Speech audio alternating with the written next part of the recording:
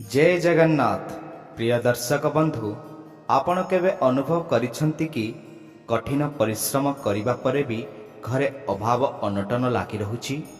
काहींकि आपणक हस खुशीर संसार रे हठात अशांतिर कला बादल मारी आसुछि? कौन आपण जानिछंती आम अजाणतरे आमे घरे रखुथिबा किछि जिनिस वास्तुदोष सृष्टि करिथाए, जहा फलरे माँ लक्ष्मी एवं देवता माने सेही घर को परित्याग करी चली जाती। आजिर एही विशेष वीडियो रे आमे शास्त्र एवं पुराण अनुसारे सेही पांचटी जिनिस विषय आलोचना करिबा जहा घरे थिले दुर्भाग्य आसी थाए। तेबे सेही जिनिस गुड़िक कौन आउ केउ भूल आपण को कांगाल करि पारे? आसंतु जानिबा एही रहस्यमय आध्यात्मिक यात्रा रे। वीडियो रे आग को बढ़िबा पूर्वरु आपण को मोर छोट अनुरोध, दयाकरी वीडियोटी को लाइक कर दियंतु एवं तले दिया जाइथिबा कमेंट बॉक्स रे जय जगन्नाथ निश्चय लिखंतु। प्रभु आपणक समस्त इच्छा को पूर्ण करिवे। तेबे चलंतु डेरी न करी वीडियोटी को संपूर्ण भावे देखिबा। भक्तिर सह कहा जाइछि जे जादृशी भावना जस्य सिद्धिर्भवति तादृशी, अर्थात आमर चिंताधारा एवं आम चारि पाखरे परिवेश जेपरि हेबो आम जीवन मध्य सही परि गति करिबो। हिंदू धर्मशास्त्र एवं वास्तु विज्ञान अनुଯାयी आम घर केवल चारि कांथर समाहार नुहे, यह एक मंदिर। किंतु जेतेबेले आमे शास्त्र विरुद्ध कार्य करू बा एपरि किछि जिनिस घरे स्थान देउ जहा नकारात्मक शक्ति को आकर्षित करिथाए, सेतेबेले देवता माने रुष्ट हो जाती। शास्त्र कहे अपवित्रः पवित्रो वा सर्ववस्तांगम गतपिवा, अर्थात पवित्रता ही देवतांक वासस्थान प्रथम शर्त। प्रथम जिनिसटी हेउची भंगा आईना। आमे अनेक समय रे अलस्वामी करी किंबा पैसा बंचेबा पई घरे फाटी जाइथिबा भंगा आईना रखी दो। वास्तुशास्त्र अनुसार आईना हेउची शक्तिर प्रतिफलक। जेतेबेले आईना भांगी जाए सेथिरु नकारात्मक तरंग बाहरी थाए। जदि आपण सेही भंगा आईना रे निजर प्रतिबिंब देखुछंती तेबे एहा आपणक शरीर शक्ति को दुर्बल करि दिए एवं मानसिक अशांति बढ़ाए। मन रखंतु, माँ लक्ष्मी स्वच्छता एवं सुंदरता को पसंद करती। भंगा आईना थिबा घरे दारिद्र्य वास करे। द्वितीय हेउची बंद पड़िथिबा घंटा। समय ही भगवान, समय ही कर्म। जो घरे घंटा बंद हो पड़ी थाए से घर प्रगति अटकी जाए। आमे अजाणतरे खराब होइतिबा घंटा को कांथरे टांगी रखु, किंतु एहा द्वारा घरर मुख्य व्यक्ति को भाग्य मध्य सही पड़े। शास्त्र अनुसार गति ही जीवन। जेतेबेले घंटा बंद हुए सेतेबेले घरर सकारात्मक शक्ति मध्य स्थाणु हो जाए। देवता माने चलचंचल एवं सक्रिय परिवेश रे रहिबाकू भल पाती। श्मशान भली निशब्द बा स्थाणु स्थान रे नुहे। तृतीय गुरुत्वपूर्ण जिनिस हेउची फोटो बा पुराणा चिरा जोता चपल। कहा जाए जे दरिद्रता सर्वप्रथमे पादर ही आरंभ होइथाए।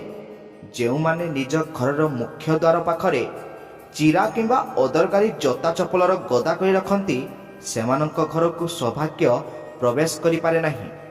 शनिदेवंक कुदृष्टि एपरि घरे उपरे पड़ी थाए। कौन आपण जानती घरर मुख्य द्वार दे ही देवता माने प्रवेश करती? जदि सेठारे अलिया बा चिरा चपल थाए तेबे माँ लक्ष्मी द्वार मुहरु ही फेरी जाइथांती। एहा व्यतीत चतुर्थ जिनिस हेउची भंगा बासन कुसन। गरुड़ पुराण रे वर्णित अछि जे भंगा बासन रे भजन कले मनुष्यर पुण्य क्षय हुए। अनेक समय रे आमे स्टील किंबा पितलर कणा होइतिबा बा कड़ छाड़ी जाइतिबा बासन को व्यवहार करू। एहा अलक्ष्मी को निमंत्रण देवा सह समान। भंगा बासन रे खाइले परिवार रे कली झगड़ा बढ़ी थाए एवं रोग व्याधि मारी आसे। पंचम रे आसे सुखिला गछ बा कंटा जातीय गछ। घरे सुखिला फूल बा गछ रखिबा शास्त्र अनुसार अत्यंत अशुभ। सुखिला गछ मृत्यु एवं नकारात्मकतार प्रतीक। जदि आपण घर भितरे काक्टस भली कंटा गछ रखुचंती ତେବେ ଏହା ସମ୍ପର୍କରେ କଣ୍ଟା ସୃଷ୍ଟି କରେ। ଠାକୁର ଘର ପାଖରେ କିମ୍ବା ଅଗଣାରେ ଏପରି ଜିନିଷ ରହିବା ଦ୍ୱାରା ଦେବତାଙ୍କ ଆଶୀର୍ବାଦ ମିଳିନଥାଏ।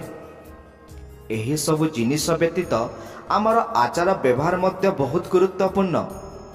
ଯେଉଁ ଘରେ ନାରୀକୁ ସମ୍ମାନ ଦିଆଯାଏ ନାହିଁ, ଯେଉଁଠି ବଡ଼ ବଡ଼ୁଆଙ୍କୁ ଅସମ୍ମାନ କରାଯାଏ, ସେଠାରେ ସ୍ୱୟଂ ନାରାୟଣ ମଧ୍ୟ ରହନ୍ତି ନାହିଁ। ଆପଣ ହୁଏତ ବହୁତ ପୂଜାପାଠ କରୁଥାଇପାରନ୍ତି, କିନ୍ତୁ ଯଦି ଆପଣଙ୍କ ଘରେ ଏହି 5ଟି ଜିନିଷ ଅଛି, ତେବେ ସବୁ ପୂଜା ନିଷ୍ଫଳ ହୋଇଥାଏ। ଦର୍ଶକ ବନ୍ଧୁ, ଆଜି ହିଁ ନିଜ ଘରକୁ ନିରୀକ୍ଷଣ କରନ୍ତୁ। କେଉଁ କୋଣରେ କେଉଁ ଭୁଲ ଲୁଚି ରହିଛି ତାହା ଖୋଜି ବାହାର କରନ୍ତୁ। ମନେ ରଖନ୍ତୁ, ଭଗବାନ ସେହିଠାରେ ବାସ କରନ୍ତି ଯେଉଁଠି ଶାନ୍ତି, ସ୍ୱଚ୍ଛତା ଏବଂ ଶାସ୍ତ୍ରୀୟ ନିୟମର ପାଳନ ହୋଇଥାଏ। ଆଗକୁ ଆମେ ଆହୁରି ଗଭୀର ଭାବେ ଆଲୋଚନା କରିବା ଏହି ଦୋଷଗୁଡ଼ିକରୁ ମୁକ୍ତି ପାଇବା ପାଇଁ ଆପଣଙ୍କୁ ତୁରନ୍ତ କେଉଁ ପଦକ୍ଷେପ ନେବାକୁ ହେବ ଏବଂ କେଉଁ ସରଳ ଉପାୟରେ ଆପଣ ନିଜ ଘରକୁ ପୁଣି ଥରେ ସ୍ୱର୍ଗରେ ପରିଣତ କରିପାରିବେ। ଭିଡ଼ିଓରେ ଆମ ସହ ଯୋଡ଼ି ହୋଇ ରୁହନ୍ତୁ, କାରଣ ଆମେ କହିବୁ ଏପରି କିଛି ଶାସ୍ତ୍ରୀୟ ପ୍ରତିକାର ଯାହା ଆପଣଙ୍କ ଭାଗ୍ୟ ବଦଳାଇ ଦେବ। ଆରମ୍ଭରୁ ଆମେ ଜାଣିଲେ ସେହି 5ଟି ଜିନିଷ ବିଷୟରେ ଯାହା ଘରେ ରହିଲେ ଦୁର୍ଭାଗ୍ୟ ମାଡ଼ି ଆସେ। କିନ୍ତୁ ଦର୍ଶକ ବନ୍ଧୁ, କେବଳ ଜିନିଷ ନୁହେଁ, ଆମର କିଛି ଅଭ୍ୟାସ ଏବଂ କାର୍ଯ୍ୟ ମଧ୍ୟ ଦେବତାମାନଙ୍କୁ ଘରୁ ବିଦାୟ କରିଦିଏ। କ'ଣ ଆପଣ ଜାଣନ୍ତି, ଆପଣଙ୍କ ରୋଷେଇ ଘରର ଏକ ସାମାନ୍ୟ ଭୁଲ ଆପଣଙ୍କ ପରିବାରକୁ ରୋଗାକ୍ରାନ୍ତ କରିପାରେ? କାହିଁକି ସନ୍ଧ୍ୟା ସମୟରେ କିଛି ଖାସ୍ କାମ କରିବା ଦ୍ୱାରା ମା ଲକ୍ଷ୍ମୀ କ୍ରୋଧିତ ହୁଅନ୍ତି? ଏହି ଭିଡ଼ିଓରେ ଆମେ ଶାସ୍ତ୍ରର ସେହି ଗୂଢ଼ ରହସ୍ୟ ଉନ୍ମୋଚନ କରିବା, ଯାହା ଆପଣଙ୍କୁ ଜଣାଇବା କେଉଁ ଭୁଲ ଆପଣଙ୍କୁ ଜୀବନ ସାରା କଷ୍ଟ ଦେଇପାରେ। ଶାସ୍ତ୍ରରେ କୁହାଯାଇଛି, ଗୃହିଣୀ ଗୃହ ମୁଚ୍ୟତେ, ଅର୍ଥାତ୍ ଜଣେ ନାରୀ ହିଁ ଘରକୁ ସ୍ୱର୍ଗ କରିପାରେ କିମ୍ବା ନର୍କ। କିନ୍ତୁ ଆଧୁନିକ ଜୀବନଶୈଳୀରେ ଆମେ ଅନେକ ସମୟରେ ଶାସ୍ତ୍ରୀୟ ନିୟମକୁ ଭୁଲି ଯାଉ। ପ୍ରଥମ ବଡ଼ ଭୁଲ ହେଉଛି ରାତିରେ ଅଇଁଠା ବାସନ ରଖିବା। ଅନେକ ଲୋକ ରାତିରେ ଖାଇସାରିବା ପରେ ଆଳସ୍ୟ ଯୋଗୁଁ ବାସନଗୁଡ଼ିକୁ ସେମିତି ଅଇଁଠା ଅବସ୍ଥାରେ ସିଙ୍କରେ ଛାଡ଼ି ଦିଅନ୍ତି। ବାସ୍ତୁଶାସ୍ତ୍ର ଏବଂ ପୁରାଣ ଅନୁସାରେ ଅଇଁଠା ବାସନରେ ନକାରାତ୍ମକ ଶକ୍ତି ଏବଂ ଅଦୃଶ୍ୟ ପ୍ରେତ ଶକ୍ତିମାନେ ଆକର୍ଷିତ ହୁଅନ୍ତି। ଯେଉଁ ଘରର ରୋଷେଇ ଘର ରାତିରେ ଅପରିଷ୍କାର ଥାଏ, ସେଠାରେ ଅନ୍ନପୂର୍ଣ୍ଣା ଦେବୀ ସ୍ଥାୟୀ ଭାବେ ରହନ୍ତି ନାହିଁ। ଏହାଦ୍ୱାରା ଘରେ ଅଭାବ, ଅନଟନ ଏବଂ ସ୍ୱାସ୍ଥ୍ୟ ସମସ୍ୟା ଲାଗି ରହେ।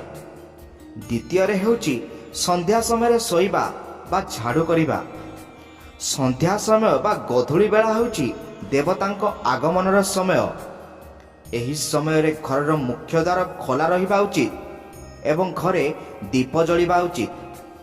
କିନ୍ତୁ ଯଦି କେହି ଏହି ସମୟରେ ଶୋଇ ରହନ୍ତି, ତେବେ ତାଙ୍କ ଜୀବନରେ ଆଳସ୍ୟ ଏବଂ ଦାରିଦ୍ର୍ୟ ସ୍ଥାନ ଜମାଏ। ସେହିପରି ସୂର୍ଯ୍ୟାସ୍ତ ପରେ ଘରେ ଝାଡ଼ୁ କରିବା ମାନେ ମା ଲକ୍ଷ୍ମୀଙ୍କୁ ଘରୁ ବାହାର କରିଦେବା ସହ ସମାନ। ଶାସ୍ତ୍ର କହେ, ସନ୍ଧ୍ୟା ପରେ ଘରର ଅଳିଆ ବାହାରକୁ ଫିଙ୍ଗିଲେ ଘରର ଶ୍ରୀ ମଧ୍ୟ ବାହାରକୁ ଚାଲିଯାଏ। ତୃତୀୟ ଭୁଲ ହେଉଛି ଠାକୁର ଘରେ ବାସି ଫୁଲ ରଖିବା। ଆମେ ଭକ୍ତିରେ ଭଗବାନଙ୍କୁ ଫୁଲ ଅର୍ପଣ କରୁ, କିନ୍ତୁ ସେହି ଫୁଲ ଶୁଖିଗଲା ପରେ ତାକୁ ତୁରନ୍ତ ବାହାର କରିବା ଉଚିତ। ବାସି ବା ଶୁଖିଲା ଫୁଲ ନକାରାତ୍ମକ ଛଡ଼ା ଆଉ କିଛି ଦିଏ ନାହିଁ। ଏହା ସହିତ ଠାକୁର ଘରେ କେବେ ବି ପୂର୍ବପୁରୁଷ ବା ପିତୃପୁରୁଷଙ୍କ ଫଟୋ ରଖନ୍ତୁ ନାହିଁ। ପିତୃପୁରୁଷ ପୂଜନୀୟ, କିନ୍ତୁ ସେମାନଙ୍କ ସ୍ଥାନ ଦେବତାଙ୍କ ସହ ସମାନ ନୁହେଁ। ଦେବତା ଏବଂ ପିତୃପୁରୁଷଙ୍କୁ ଏକାଠି ପୂଜା କଲେ ଘରେ ବାସ୍ତୁଦୋଷ ସୃଷ୍ଟି ହୋଇଥାଏ, ଯାହା ପରିବାରର ଉନ୍ନତିରେ ବାଧା ସୃଷ୍ଟି କରିଥାଏ। ଚତୁର୍ଥରେ ହେଉଛି ମୁଖ୍ୟ ଦ୍ୱାର ସାମ୍ନାରେ ଅଳିଆ ଗଦା ବା କଣ୍ଟା ଗଛ। ଘରର ମୁଖ୍ୟ ଦ୍ୱାରକୁ ସିଂହଦ୍ୱାର କୁହାଯାଏ। ଏହା ହିଁ ସୌଭାଗ୍ୟର ପ୍ରବେଶ ପଥ। ଯଦି ଆପଣଙ୍କ ଦ୍ୱାର ମୁହଁରେ ଅଳିଆ ଡବା କିମ୍ବା ସେଠାରେ ଅନ୍ଧାର ହୋଇ ରହୁଛି, ତେବେ ଶୁଭ ଶକ୍ତି ଘର ଭିତରକୁ ପ୍ରବେଶ କରିପାରେ ନାହିଁ। ଅନେକ ଲୋକ ସୌଖିନ ପାଇଁ ଦ୍ୱାର ପାଖରେ କାକ୍ଟସ୍ ବା କଣ୍ଟା ଜାତୀୟ ଗଛ ଲଗାନ୍ତି, ଯାହା ଶାସ୍ତ୍ର ଅନୁସାରେ ସମ୍ପୂର୍ଣ୍ଣ ଭୁଲ। ଏହା ଘରର ସଦସ୍ୟଙ୍କ ମଧ୍ୟରେ ତିକ୍ତତା ଏବଂ ବିବାଦ ବଢ଼ାଇଥାଏ।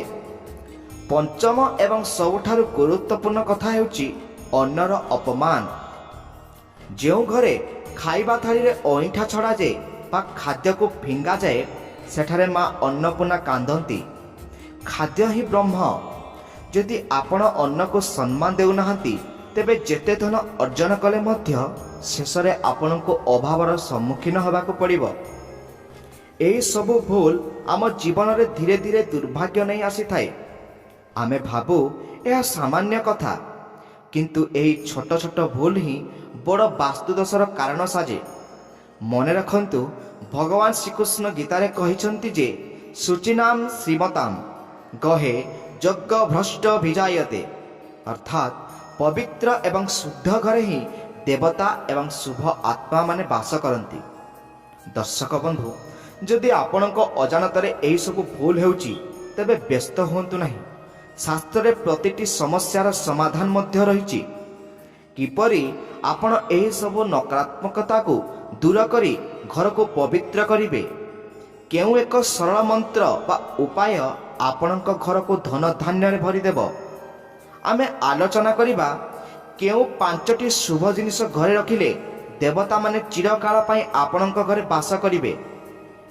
ଦର୍ଶକ ବନ୍ଧୁ, ଆମେ ଜାଣିଲେ କେଉଁ ସବୁ ଜିନିଷ ଏବଂ ଭୁଲ କାର୍ଯ୍ୟ ଯୋଗୁଁ ଦେବତାମାନେ ଘର ଛାଡ଼ି ଚାଲିଯାଆନ୍ତି। କିନ୍ତୁ କ'ଣ ଆପଣ ଜାଣନ୍ତି, କେବଳ ଖରାପ ଜିନିଷ ବାହାର କରିଦେଲେ ଭାଗ୍ୟ ବଦଳିଯାଏ ନାହିଁ। କେଉଁ ସେହି ଶକ୍ତିଶାଳୀ ଶୁଭ ଜିନିଷ ଯାହାକୁ ଘରେ ରଖିବା ମାତ୍ରେ ଦୁର୍ଭାଗ୍ୟ ସୌଭାଗ୍ୟରେ ପରିଣତ ହୁଏ। କିପରି ଏକ ସାମାନ୍ୟ ପରିବର୍ତ୍ତନ ଆପଣଙ୍କ ଘରକୁ ସକାରାତ୍ମକତାରେ ଭରିଦେବ। ଏହି ଅନ୍ତିମ ଯାତ୍ରାରେ ଆମେ ଶାସ୍ତ୍ରର ସେହି ଦିବ୍ୟ ଉପଚାର ବିଷୟରେ ଜାଣିବା, ଯାହା ପ୍ରତିଟି ପରିବାର ପାଇଁ ଏକ ବରଦାନ ସଦୃଶ। ଶାସ୍ତ୍ରରେ ବର୍ଣ୍ଣିତ ଅଛି, ଗୃହେ ଯତ୍ରାପି ଭକ୍ତାନାଂ ଶାସ୍ତ୍ର ଶ୍ରୀ ସତ୍ୱଗୁଣମ୍, ଅର୍ଥାତ୍ ଯେଉଁ ଘରେ ସତ୍ୱଗୁଣର ବାସ ଥାଏ ସେଠାରେ ଦରିଦ୍ରତା କେବେ ବି ରହିପାରେ ନାହିଁ। ପ୍ରଥମେ ଆସନ୍ତୁ ଜାଣିବା କେଉଁ ସେହି 5ଟି ପବିତ୍ର ଜିନିଷ ଯାହା ଘରେ ରହିଲେ ଦେବତାମାନେ ଆକର୍ଷିତ ହୁଅନ୍ତି। ପ୍ରଥମେ ତୁଳସୀ ଗଛ ବିଷୟରେ ଜାଣିବା। ତୁଳସୀଙ୍କୁ ଶାସ୍ତ୍ରରେ ବିଷ୍ଣୁପ୍ରିୟା କୁହାଯାଏ। ଯେଉଁ ଘରର ଅଗଣାରେ ତୁଳସୀ ଗଛ ଥାଏ ଏବଂ ପ୍ରତିଦିନ ସନ୍ଧ୍ୟାରେ ସେଠାରେ ଦୀପ ଜଳାଯାଏ, ସେହି ଘରକୁ ଯମଦୂତ ମଧ୍ୟ ପ୍ରବେଶ କରିପାରନ୍ତି ନାହିଁ। ତୁଳସୀ ଘରର ସମସ୍ତ ବାସ୍ତୁଦୋଷ ଏବଂ ନକାରାତ୍ମକ ଶକ୍ତିକୁ ନିଜ ଭିତରକୁ ଟାଣି ନେଇ ଘରକୁ ଶୁଦ୍ଧ କରନ୍ତି। ମନେ ରଖନ୍ତୁ, ରବିବାର ଏବଂ ଏକାଦଶୀ ଦିନ ତୁଳସୀ ପତ୍ର ଛିଣ୍ଡାଇବା ଉଚିତ ନୁହେଁ। ଏବେ ଜାଣିବା ଗଙ୍ଗାଜଳ ବିଷୟରେ। ଗଙ୍ଗାଜଳ ସାକ୍ଷାତ ଶିବଙ୍କ ଜଟାରୁ ନିର୍ଗତ ପବିତ୍ର ଶକ୍ତି। ଘରର ଈଶାନ୍ୟ କୋଣ ଉତ୍ତର ପୂର୍ବ ଏକ ତମ୍ବା ବା ପିତ୍ତଳ ପାତ୍ରରେ ଗଙ୍ଗାଜଳ ରଖିବା ଅତ୍ୟନ୍ତ ଶୁଭ। ଯଦି ଘରେ ସବୁବେଳେ କଳି ଝଗଡ଼ା ଲାଗି ରହୁଛି ତେବେ ପ୍ରତିଦିନ ସକାଳେ ଘରର ପ୍ରତି କୋଣରେ ଗଙ୍ଗାଜଳ ଛିଞ୍ଚନ୍ତୁ। ଏହାଦ୍ୱାରା ଅଦୃଶ୍ୟ ନକାରାତ୍ମକ ଶକ୍ତି ବିନାଶ ହୋଇଥାଏ। ଶଙ୍ଖ ହେଉଛି ମା ଲକ୍ଷ୍ମୀଙ୍କ ଭ୍ରାତା। ଯେଉଁ ଘରେ ପ୍ରତିଦିନ ଶଙ୍ଖ ବାଜେ ସେହି ଘରେ ଲକ୍ଷ୍ମୀ ସ୍ଥିର ହୋଇ ରହନ୍ତି।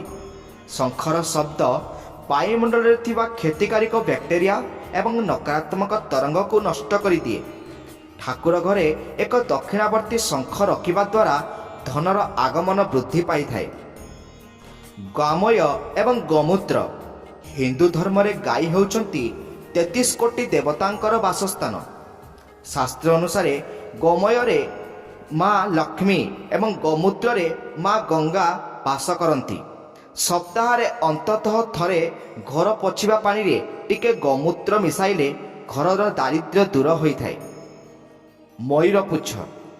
ମୟୂରପୁଚ୍ଛ ଭଗବାନ ଶ୍ରୀକୃଷ୍ଣଙ୍କର ପ୍ରିୟ। ଏହା ଘରେ ଥିଲେ ସର୍ପଦୋଷ ଏବଂ ରାହୁକେତୁଙ୍କ କୁପ୍ରଭାବ ରହେ ନାହିଁ। ଏହା ଶୁଭ ଏବଂ ସୌନ୍ଦର୍ଯ୍ୟର ପ୍ରତୀକ, ଯାହା ପରିବାର ସଦସ୍ୟଙ୍କ ମଧ୍ୟରେ ପ୍ରେମ ଭାବ ବଢ଼ାଏ।